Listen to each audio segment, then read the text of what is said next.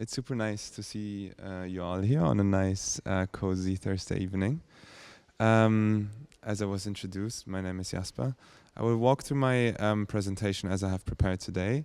But first of all, it's great to be here. It's great to be here on the invite of the gallery, and also together with so many dear colleagues from CST, but also fellow activists and practitioners in the field. I'm sure it's going to be a really nice program. The project that you see here is, and many of the projects that I will speak about, are all outcome of a collaborative and group project. So my greets and my gratitude go out to all of the team that I've worked with, and specifically for the Hornkranz investigation that you see here today, to Agatha, who unfortunately couldn't come. I don't know if some of you guys were here last week, who was sick, and now you have to deal with me as a substitute. But also to Moshiva, who's worked a lot on this project and has pushed really the methodological boundaries of what we've done so far in terms of environmental research. The way I would start today is to speak about both our methods, the forensic techniques and what it is, but also about a very specific method that is centered very prominently in our research in Namibia.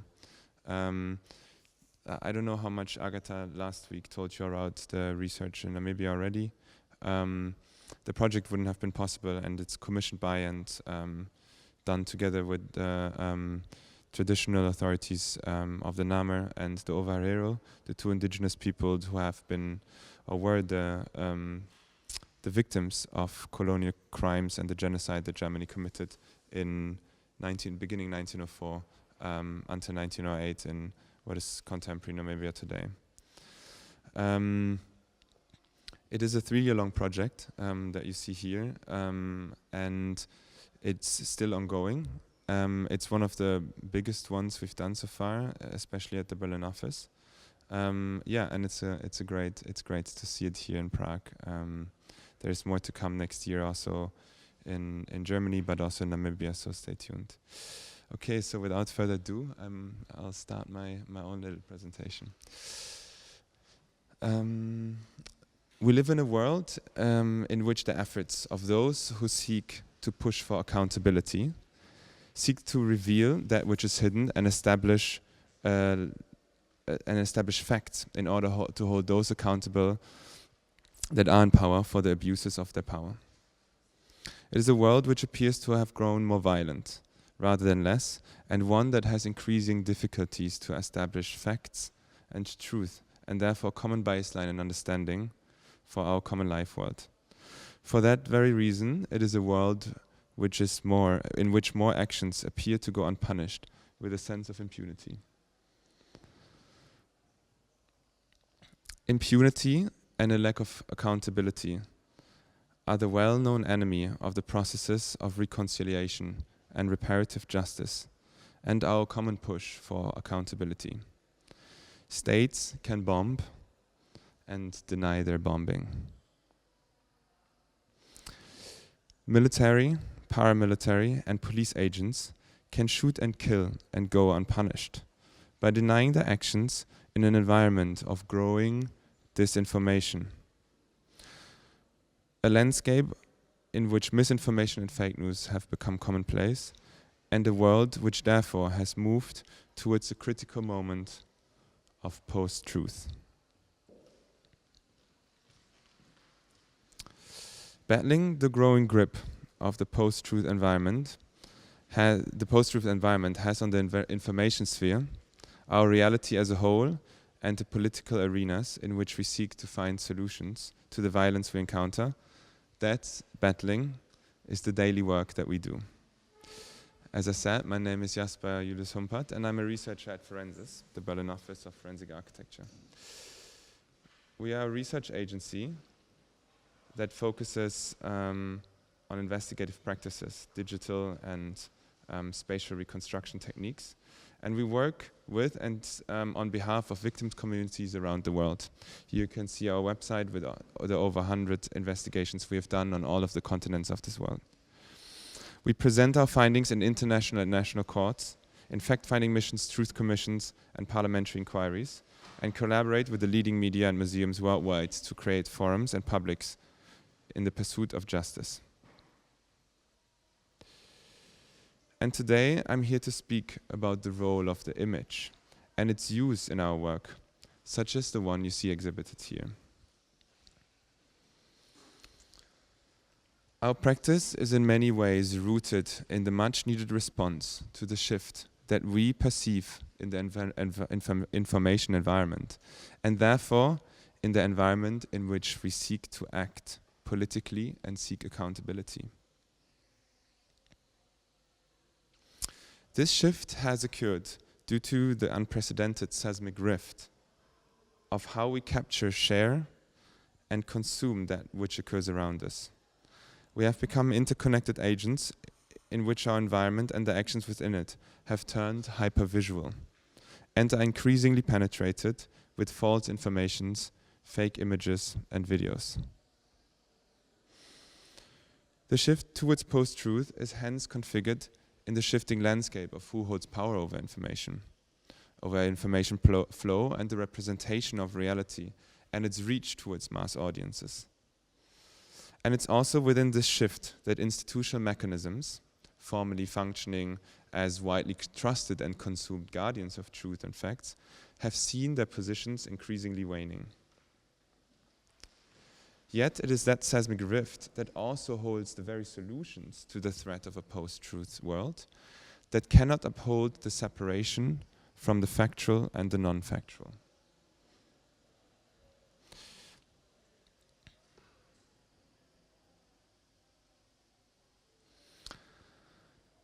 In our practice, we seek to build a more complete picture of places, of spaces, of the spaces in which human rights violations take place, and the situation and the actors have shaped a single incident or a series of events that constitute human rights violations, pending review and investigation.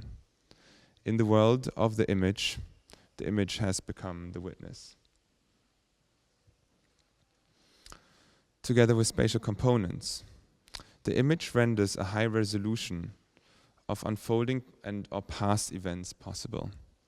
We use the digital model, such as this one, to create virtual reproductions of the spaces and scenes of crimes and abuse, to bring to light the traces that go often unrecognized of those violences of war, state crime, and colonial brutality to light in our pursuit for their accountability. This is what we call the move towards a digital counter-forensics, using forensic capacities in link with visual material, abundant in a highly audiovisual mediascape of today's world, to create a new forensic techniques in the hands of a critical civil society.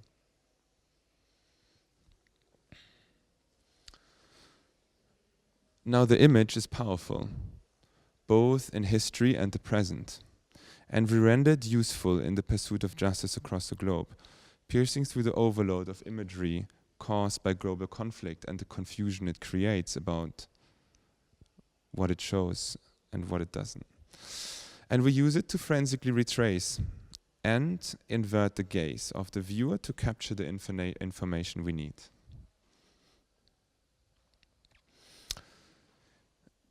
Using a unique combination of skills and information, we bring together the ground footage, satellite imagery, witness testimony, and legal analysis, and advanced 3D modeling, and we seek to establish facts of the service in the service of communities and victims of human rights violations in their battle.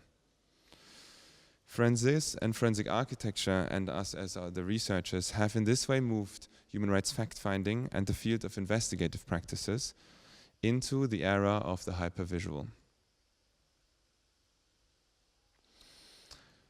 I want to begin with the image. The image is where most of our investigations begin, and there's a lot of them. And they also form the medium through which we communicate our findings. as an investigative agency, forensic architecture and forensics alike, draw from the shift and the leap that happened in the way that we as humans perceive and record and reproduce the world around us and communicate ourselves.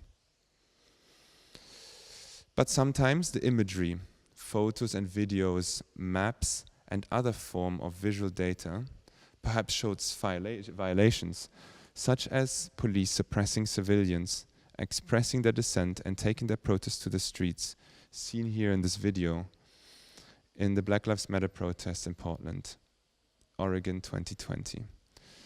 So not all information is revealed then. Where we as an agency become most needed is when we reinterpret, analyze, and thereby fill the gaps in the evidence that is needed to build a pathway towards accountability, which is an essential step in our investigative process, that which we call the informing of the image. What you're seeing on the screen here is collector's evidence of nearly 1,000 cases of police brutality during the 2020 Black Lives Matter protests in the US.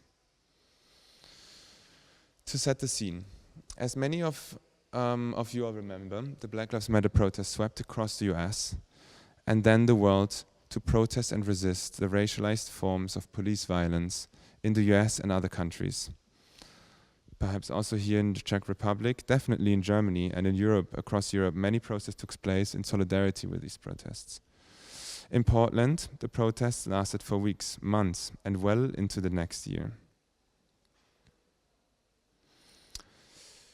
The Portland Police Bureau used tear gas in unprecedented amounts to suppress the protests, creating a seemingly paradoxical situation of responding to protests against police brutality with even more brutality and violence. Sadly enough, following the corrupted logic of violent policing regimes around the world.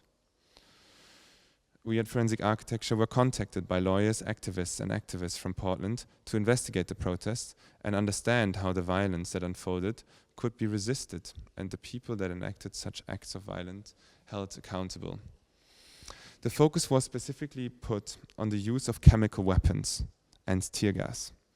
This was especially pressing as many people started reporting long-term health effects from weeks-long exposure to these chemicals. These chemical weapons in the form of CS gas, commonly referred to as tear gas, as well as other vapors. So we started to investigate. Very quickly, we were presented with a lack of will to cooperate, very unsurprisingly so, to release relevant documents. And in our endeavor to investigate, we soon came across a gap in the evidence, as seen above. In the documents produced by the governmental oversight body, it is stated that in reference to the police violence that occurred, no form of oversight was established. And I quote, "The PPB, Portland Police Bureau, did not produce and apparently did not track an inventory of munitions or daily count of the type and amount of force used against individuals."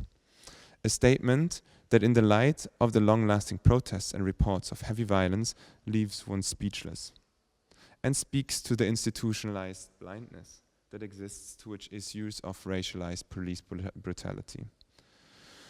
It is also the statement, though, that forms the beginning of our investigation, the gap in the evidence and that of informing the image. Together with activists and organizers and lawyers on the ground, we started to assemble a counter-archive.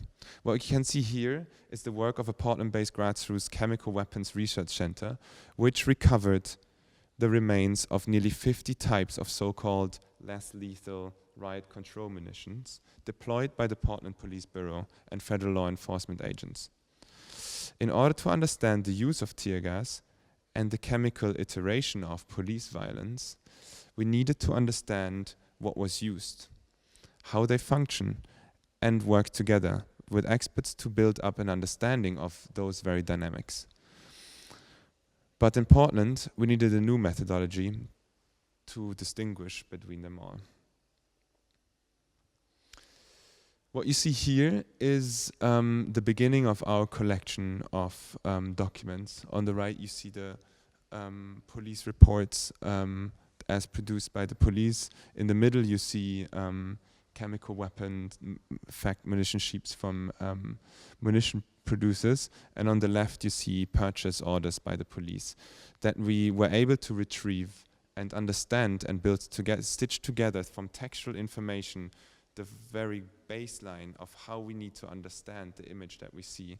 That which is used, basically understanding what on the image is on the videos is shown, based on what the police bought in terms of munitions, what they described about their actions themselves, and how these munitions function.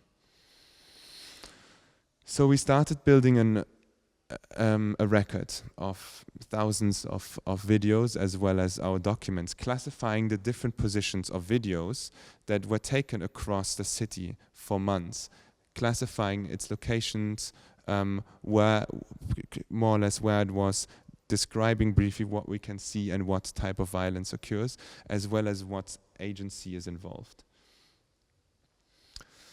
Together with spatial analysis, we started building a map of Portland and understanding some of the main sites where these protests took place. Mainly the city center around the US District Court, the main police station, the city hall, the county court, as well as the other courthouse up top. And we started to synchronize all of the gathered evidence. It's a process that we call video synchronization, in which you gather all of the images that we've seen before in a slide, basically syncing the instances, marking them, and understanding, building a more complete picture of where the video were taken, geolocating them and placing them in time, and then understanding where these took place. So basically, you see on the right the yellow block around the top right image, and we mark them here on the main on our map. Going through this process, we start to understand where images were taken and where these instances of police violence they recorded took place, stitching together a collage that informed our research.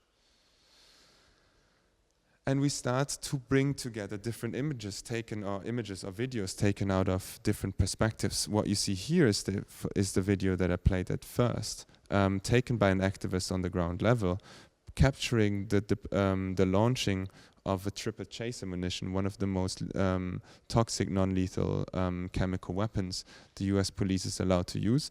And what you see on the right is the image of a news helicopter that captures the very same scene that we can identify by knowing the location as well as the time, and seeing the kind of like flash that occurs when a police officer releases the weapon, releases the munition. And we start to also understand the different types of vapors, so the density of the vapor, the smoke, and can classify what type of munition was used. In a similar process to here, we built up the understanding of how these munitions have different explosive patterns. And once we've located all of them, we, together with the research team, located all of the different munition types, knowing how much they emit and how much vapor and chemicals they cause. We kind of created basically a digital repository of that very night. And through this process, running from all of the different images that we were able to capture and the videos, understanding what is shown in them, really understanding what a flash in one of these protest images meant, we started to understand the very different kind of images. We started to reveal the information that is actually within it. And we could start building up an analytical process that would go from the video of protest scenes, recording different types of munitions that were shot, placing them into a model, and locating all of the different types of munitions here as the different crosses in the model, and taking a sample area to calculate how much chemicals were actually emitted how much the people were exposed to. Running a simulation process of chemical fluids in the model space, and are able to kind of like calculate how much milligram of chemicals were emitted.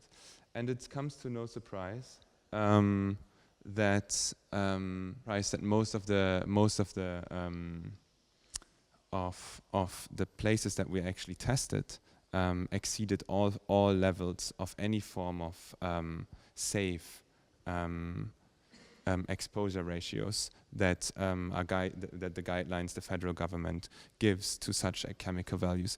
So this is the process of how we kind of start to understand more in depth what we see in an image, using all different types of disciplines and all different types of information to build up a different understanding. And this is really what we mean when we dive into kind of like a new form of digital forensics and using kind of this variety of methods. It's a similar method that we use in the project that you see. It's this one. No, this one. There we go. The project that you see exhibited here, or one of the phases of the project. In 1904, German colonial troops committed the first genocide of the 20th century. They eradicated the traces of the Ovaherero and Nama people, their livelihoods, looting their villages, raping the women, and killing indiscriminately to clear the lands of the newly established colony, Deutsch Südwestafrika, contemporary Namibia. Similar to the investigation I showed, we used our investigative techniques to understand the images that were left and retrace the steps of the German colonial and genocidal mission in Namibia. We worked together with the descendants and survivors of genocide to support them in their call for reparations and a genuine reparative justice process in which reconciliation and acknowledgement and a common memory politics stands at the core of a new German-Namibian relationship. In this process, we have a similar method or a similar technique of looking at the images, placing them in context, informing it through our different research techniques, and thereby understand more what an image such as this colonial propaganda postcard actually holds. To support the claims of the Ovaherero and Nama people to justice, we were commissioned to reconstruct the now gone life worlds of the Ovaherero and Nama, looking at their former homesteads, bringing back to life villages in our concerted efforts to lay claims to the seized and violent expropriated ancestral lands.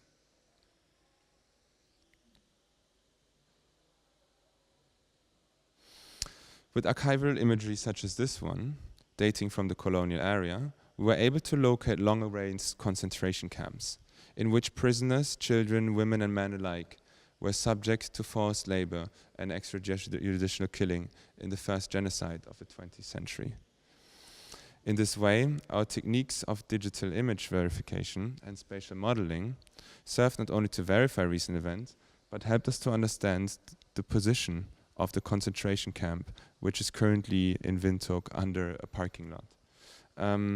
And document these long past violations in their assistance for the legal battle to have these places commemorated or acknowledged, and thereby push for accountability and justice on a national and international level.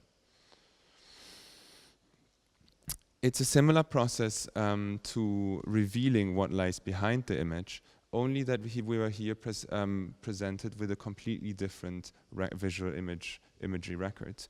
What you see here is just a very short or very tiny excerpt of all of the images, the archival images that we reviewed from the time, dating from the beginning of the German occupation of Namibia throughout its complete existence until the end of the First World War, when Namibia was given to the British.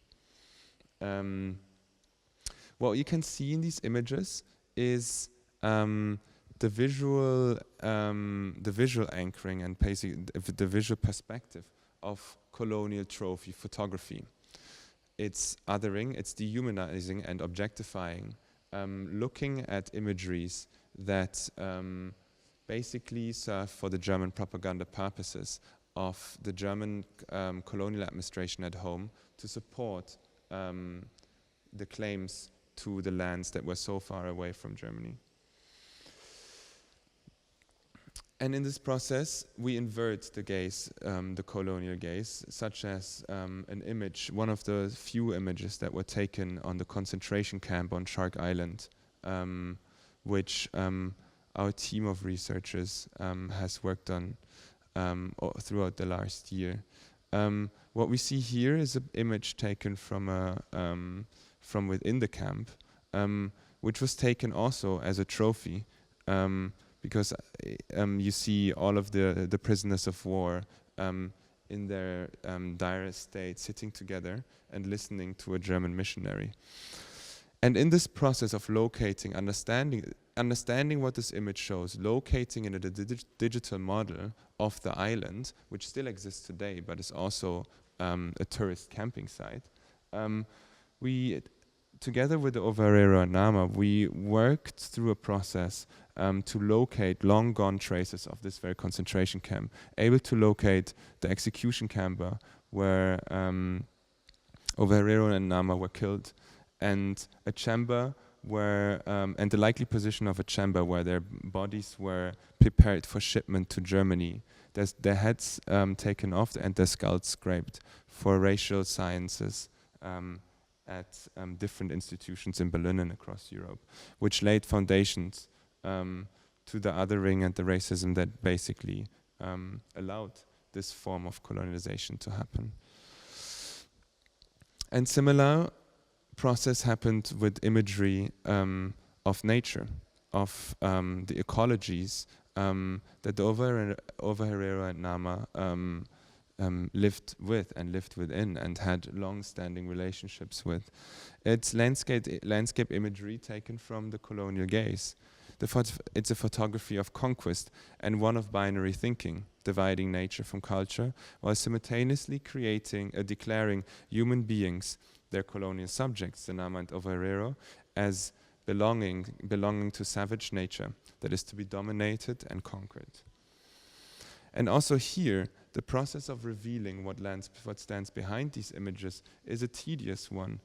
Looking through all types of old meteorological records, we were able to recreate the climatic conditions that existed back then in order to understand the impact that colonial occupation had on the landscape and the long-standing repercussions that privatization, fencing, and the clearing of communal land and the introduction of private cattle herding has on an ecology 120 years later.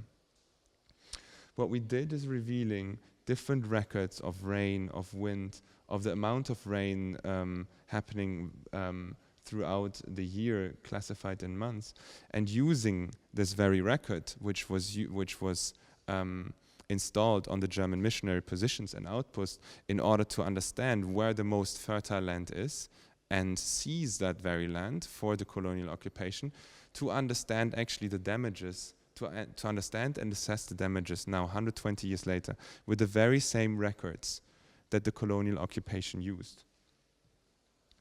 And in this way, we combine it with aerial photography. This is the first aerial image that our researchers found of the site of Hornkranz, which is exhibited here, which was also one of the first, one of the homesteads of the Nama, and the first site that experienced the consequences and the violence of the German colonial conquest of the lands, and it was the first site that was attacked by German troops in 1893, clearing the Witboy Nama of their land and establishing a colonial settlement. And through the incredible work of our team, namely this one by Moshiva, working on image recognition technologies, we were able to compare how the aridity that has been caused by the changing landscape the change of landscape through cattle herding, and thereby desertifying the land, pushing away grasslands and causing bush encroachment, is a pre-step of desertification. So these are the steps that we go through in order to lay our claims. And we begin to understand how colonial imagery and digitally rendered imagery tells us how nature would have developed and could have grown and could have been preserved if colonial occupation would not have happened. And instead, we begin to reconstruct historic sites of atrocity, anchoring our understanding in the events and spaces of time and reconstructing critical sites of war crimes, such as this collapsed tree, used for hanging prisoners of war, and we retrace the individual steps of the genocidal war campaign, and thereby preserve the memory that was intended to be eradicated. It is in this way that we stitch together and bring back the life sites that were eradicated by the Germans, sites of memory and resisting, by inverting the gaze of the colonial photography engendered. The hypervisual era and the looming threat of post-truth are only threats to society if they remain unchallenged. We at Forensis and Forensic Architecture seek to build new ways of maintaining the ability to tell facts from truth and build up the landscape in which we can discern from information from disinformation, and thereby contributes to the capacity of communities around the world to bring their fight for justice to new fora. Thank you very much.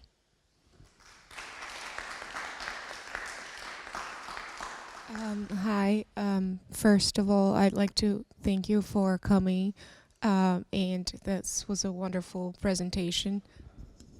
Sorry, I'll speak louder.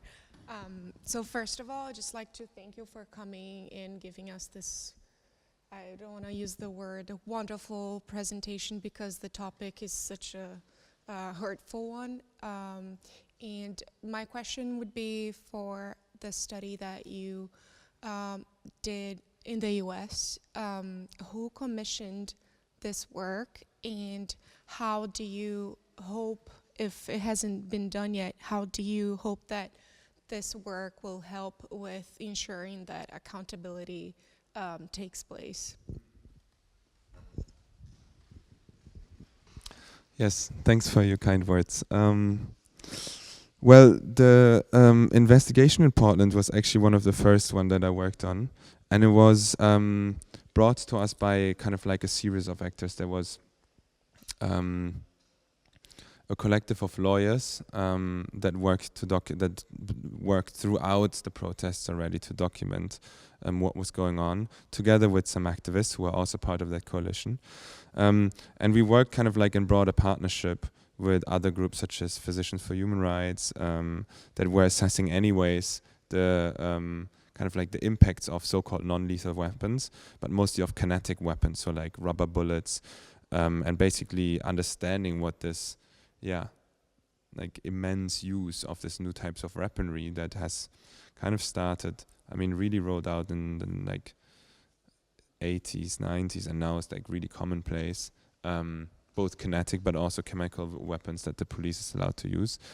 And this is where we then came in. We were asked to basically produce a work around it, help them in locating certain forms of evidence, but also developing a method that really allows us to understand what actually went down and how what concentrations of chemicals were actually used.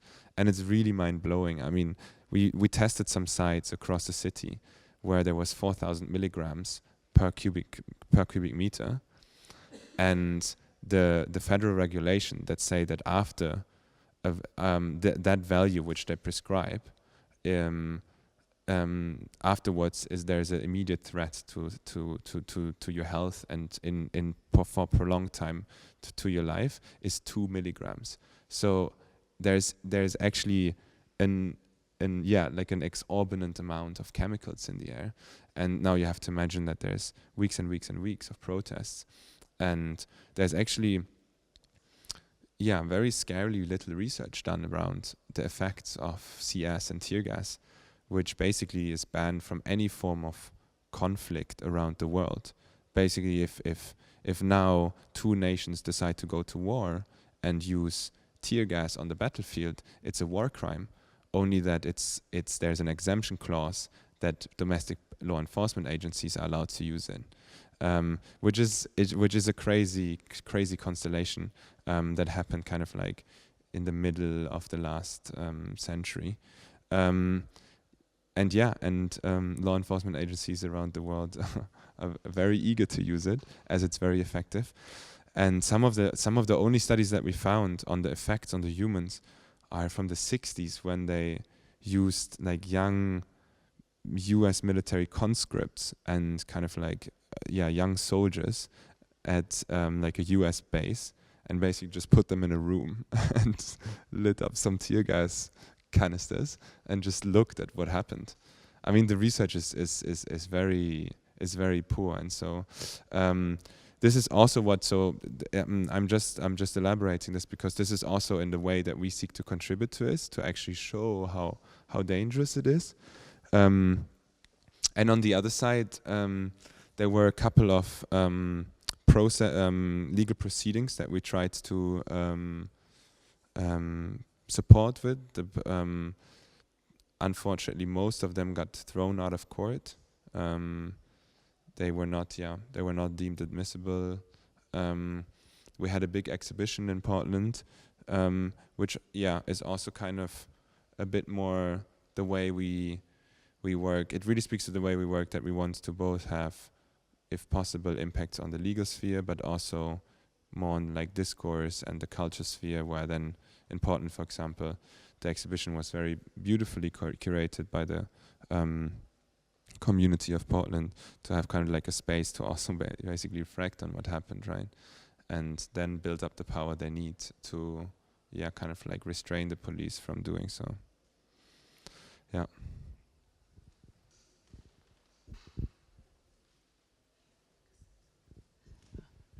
Thank you very much. It's really wonderful way of thinking, and I'm very fascinated by all the methodology. And I would maybe go on with the last question. And generally, who is the contractor of your research? Who orders it, or who pays for it, perhaps?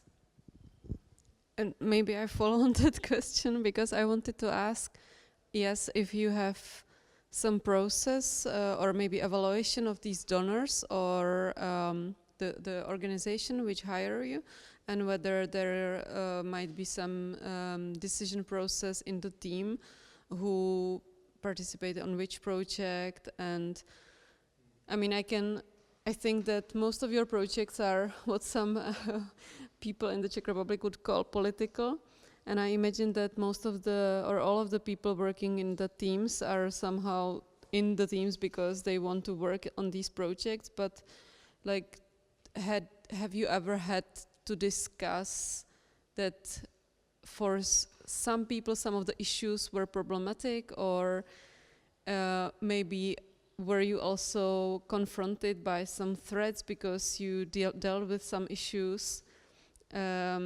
So what's the decision process basically? I mean, the work is editorially completely independent from any type of donor, from any money that arrives. We have all different types of sources of funding. Mostly some of the main funds are actually academic, at least in the London office, like long-term research funding for it to be an institute, a research institute, which gives a great deal of kind of like long-term stability and also independence, because it's like academic research money, which luckily to that state, has never, like there were never any threats around kind of like deplatforming any work for this type of funding. Then it's also a mixture out of all types of foundations that support human rights work across the globe. and also cultural commissions such as this one, but also bigger culture funds that actually allow us where we think, okay, we actually do human rights work with funding of the culture scene because it allows us to do actually different types of methods that otherwise, I mean, they're becoming more established now, as you will see throughout this exhibition here, with various actors around the world, you know, like using these methods. Yeah, I think that's kind of the question around the funding and the decision-making process around this. I mean, it's a depending on the projects. We're never really contracted in that way directly. We usually we speak of commissions, so we basically are either asked. Ideally, what we would always want to is we're invited by either a family or a community, an individual, to basically work on their behalf, either for the legal proceedings or for basically their, I don't know, maybe they're long-term activists in a field and actually contact us. And then we usually either fundraise together to find the specific angle around how we can raise money for a specific project.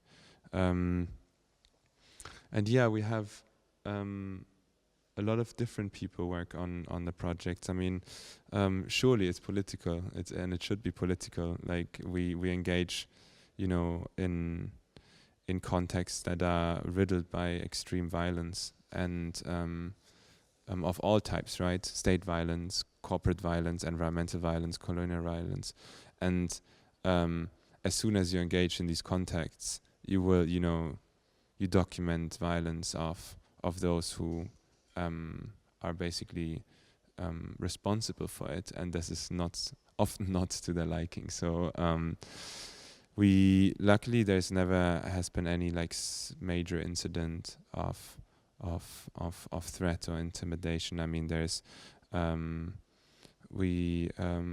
not to my knowledge at least. I guess it's also lucky to our position that we're based both in London and Berlin, which is, we're still based in Western societies that have, you know, like some form of liberty around these things, which, you know, like in comparison to some of the people that we work with that, you know, really put their lives on the line for some of the stuff of the documentation, and where it's, for me at least, a true source of inspiration.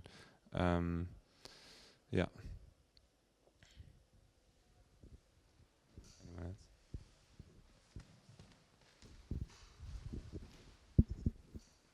Yeah, thank you for the lecture also from me, and I have consecutive question on interdisciplinarity within the team, because I was wondering, as you were saying, for example, about like the spread of the chemicals in the air and so on, that it's like there's a lot of different expert knowledges. So I'm just wondering if you are also collaborating with some people from outside of the team, or if like different expertises are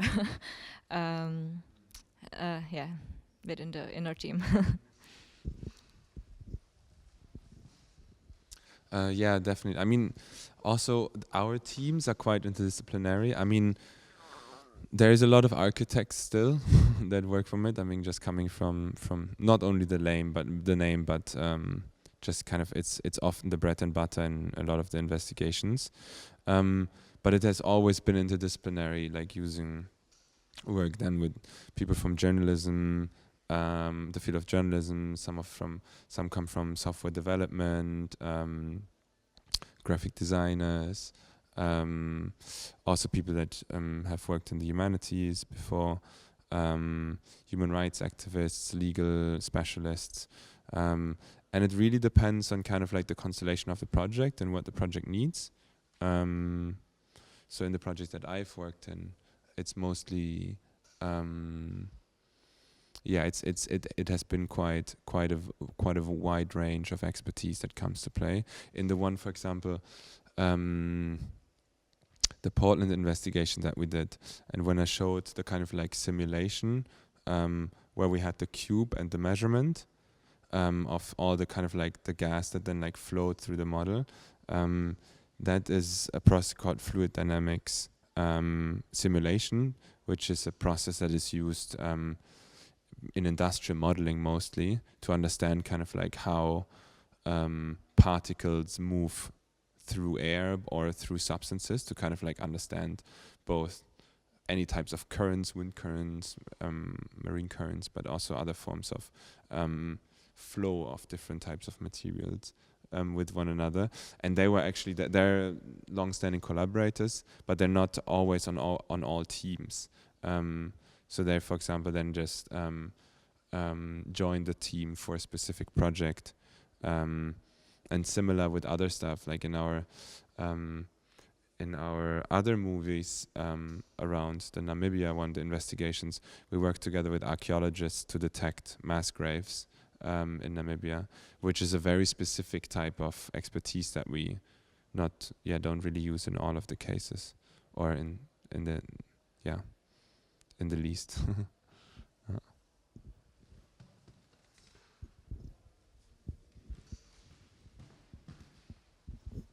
Okay, thank you for the lecture. I wanted to ask, were there like any instances or like, I know, possibilities of like, or danger of using your research, that your research could be used by the government or like other like power entity against like people who, commissioned the project, or like, against like activist group or something?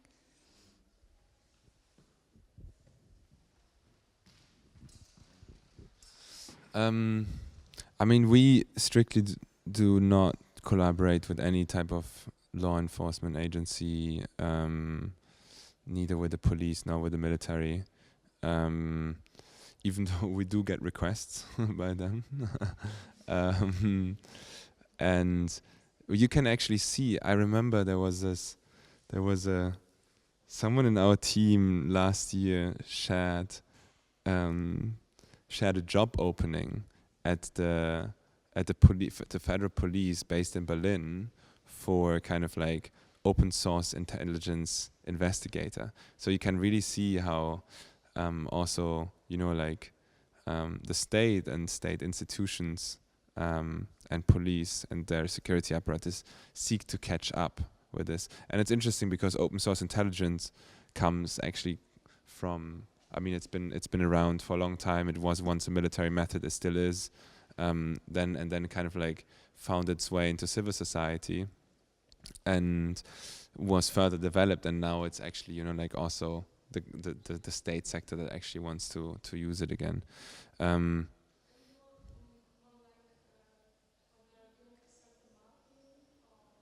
Oh.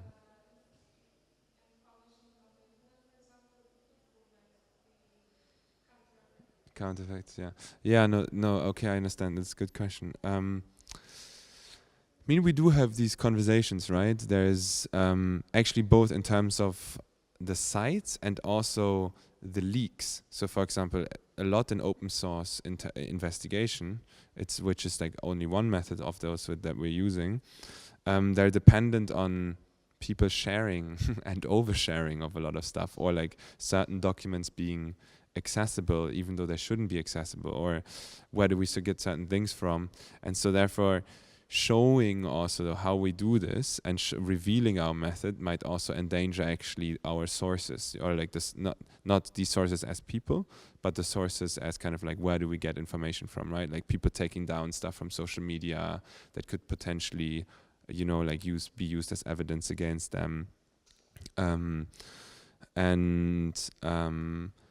In terms of places or events, there is ongoing discussion about this. For example, I remember a conversation that I had with colleagues from another organization, where we're discussing about revealing the location of a mass grave, and